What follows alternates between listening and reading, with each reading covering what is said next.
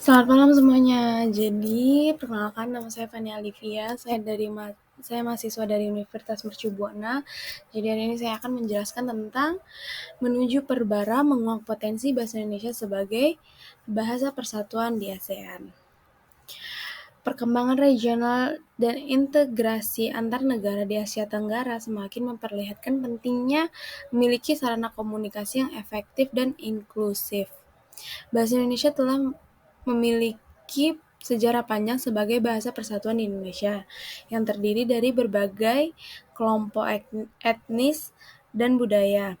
Dan lebih dari 270 juta penutur di dalam negeri, bahasa Indonesia telah berhasil mengatasi keragaman dan menjadi alat komunikasi yang kuat bagi bangsa Indonesia. Kesuksesan ini menunjukkan bahwa bahasa Indonesia memiliki karakteristik yang dapat mendukung peran serupa di tingkat ASEAN.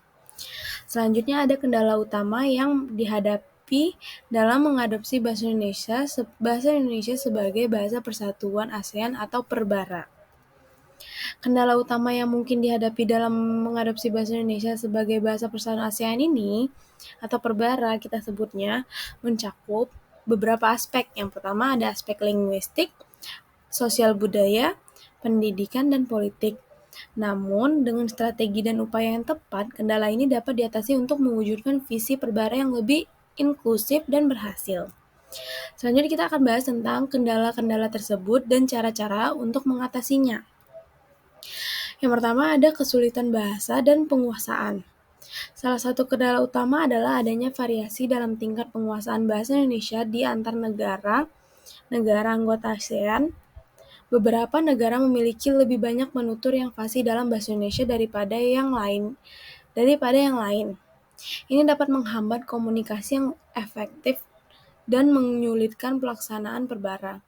Solusinya, diperlukan program pelatihan intensif bahasa Indonesia bagi pejabat pemerintah, diplomat, dan profesional di seluruh kawasan. Pendidikan bahasa yang intensif membantu meningkatkan kemampuan bahasa Indonesia dan mengurangi kesenjangan penguasaan bahasa di antara negara-negara anggota. Selain itu, penyediaan sumber daya digital dan materi pembelajaran bahasa Indonesia secara daring dapat membantu meningkatkan penguasaan bahasa Indonesia yang lebih luas. Kemudian yang kedua ada kecemasan terhadap kehilangan identitas budaya. Beberapa negara anggota mungkin merasa khawatir bahwa mengadopsi bahasa Indonesia sebagai bahasa persatuan ASEAN akan mengancam keberlanjutan dan keaslian bahasa dan budaya mereka sendiri. Mungkin mereka takut bahwa dominasi bahasa Indonesia akan mengaburkan identitas budaya dan bahasa lokal. Solusinya, penting untuk memahami dan menghormati kekhawatiran ini. Perlu dilakukan komunikasi intensif dan kampanye edukasi yang membahas pentingnya mempertahankan keragaman budaya dan bahasa di dalam ASEAN. Penerapan perbara harus diimbangi dengan upaya yang kuat untuk mempromosikan dan melindungi keberagaman budaya dan bahasa lokal di negara-negara anggota. Gitu semuanya. Kemudian yang ketiga ada kendala sistem pendidikan. Sistem pendidikan di berbagai negara anggota mungkin belum mempersiapkan siswa dengan cukup baik dalam penguasaan bahasa Indonesia. Kurikulum mungkin tidak mengutamakan pengajaran bahasa Indonesia sebagai mata pelajaran utama. Solusinya adalah diperlukan revolusi dalam kurikulum pendidikan di negara anggota dengan penekanan pada pengajaran bahasa Indonesia. Bahasa Indonesia harus diintegrasikan secara lebih luas dalam kurikulum sekolah dan universitas, termasuk dalam program pertukaran pelajar. Selain itu, pendidikan bahasa Indonesia juga dapat diakses secara daring melalui platform edukasi digital. Selanjutnya ada isu politik dan perasaan dominasi. Isu politik dan perasaan dominasi dari negara-negara yang lebih besar seperti Indonesia dapat muncul sebagai kendala dalam penerimaan perbara. Negara-negara anggota mungkin khawatir bahwa penggunaan bahasa Indonesia akan membawa pengaruh yang tidak seimbang dalam dinamika politik dan ekonomi ASEAN.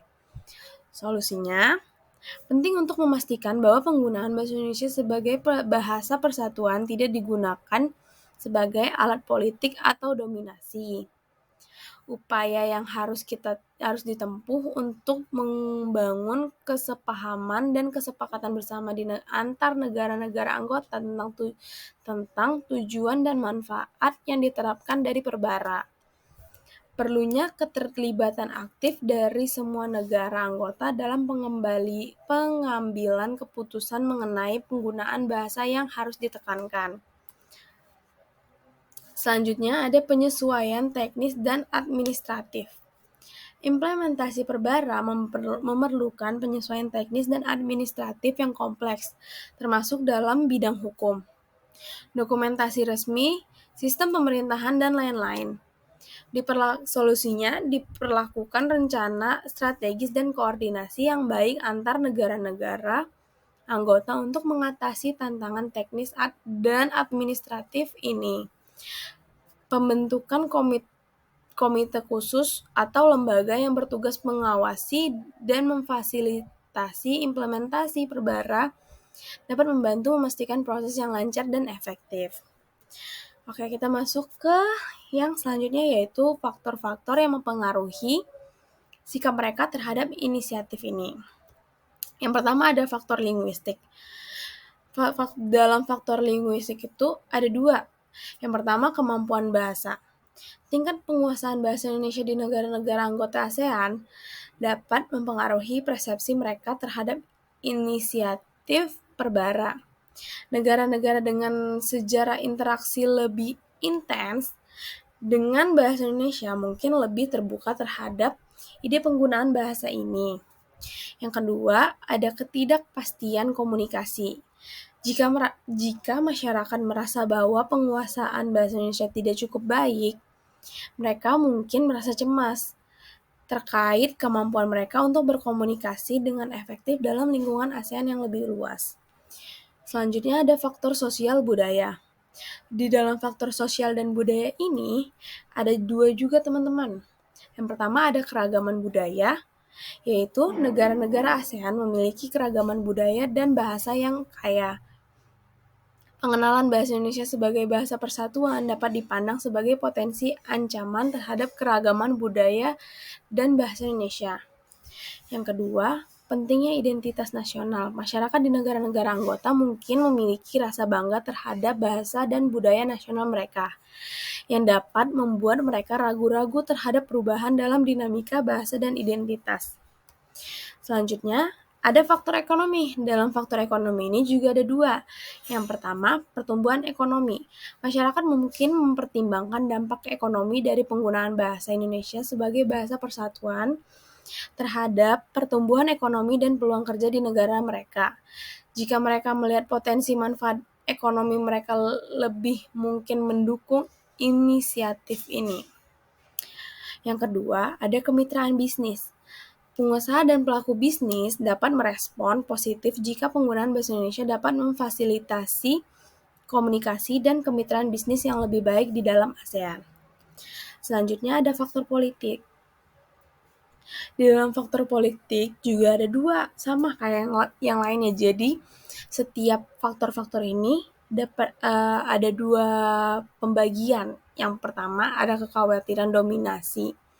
Negara-negara dengan ukuran ekonomi dan politik yang lebih kecil mungkin khawatir bahwa penggunaan bahasa Indonesia akan mengakibatkan dominasi atau pengaruh yang tidak seimbang dari Indonesia. Kemudian yang kedua adalah ada hubungan diplomatik. Hubungan diplomatik dan politik antar negara-negara anggota dapat mempengaruhi persepsi mereka terhadap inisiatif perbara. Negara-negara yang memiliki hubungan positif dengan Indonesia mungkin lebih menerima ide ini. Selanjutnya ada faktor pendidikan. Kalau di dalam faktor pendidikan ini hanya ada satu penjelasan, yaitu kurikulum pendidikan. Pendidikan dan pemahaman tentang bahasa Indonesia di sekolah-sekolah dapat mempengaruhi persepsi masyarakat terhadap inisiatif ini. Negara-negara yang telah mengintegrasi pembelajaran bahasa Indonesia dalam kurikulum mungkin lebih terbuka dan lebih inisiatif terhadap perbara. Selanjutnya ada faktor media dan informasi. Di dalam faktor media ini ada yang namanya pemberitaan media, yaitu cara media menggambarkan tentang inisiatif perbara dapat mempengaruhi persepsi masyarakat. Media dapat memainkan peran penting dalam membentuk opini publik terhadap inisiatif ini. Selanjutnya kita akan membahas tentang strategi dan langkah konkret. Yang pertama kita bahas tentang strategi dulu. Strategi pendidikan dan pelatihan. Di dalam strategi pelatihan pendidikan ini ada beberapa, yaitu yang pertama ada kurikulum terintegrasi. Negara-negara anggota ASEAN dapat mengintegrasi pembelajaran bahasa Indonesia dalam kurikulum pendidikan formal di sekolah-sekolah.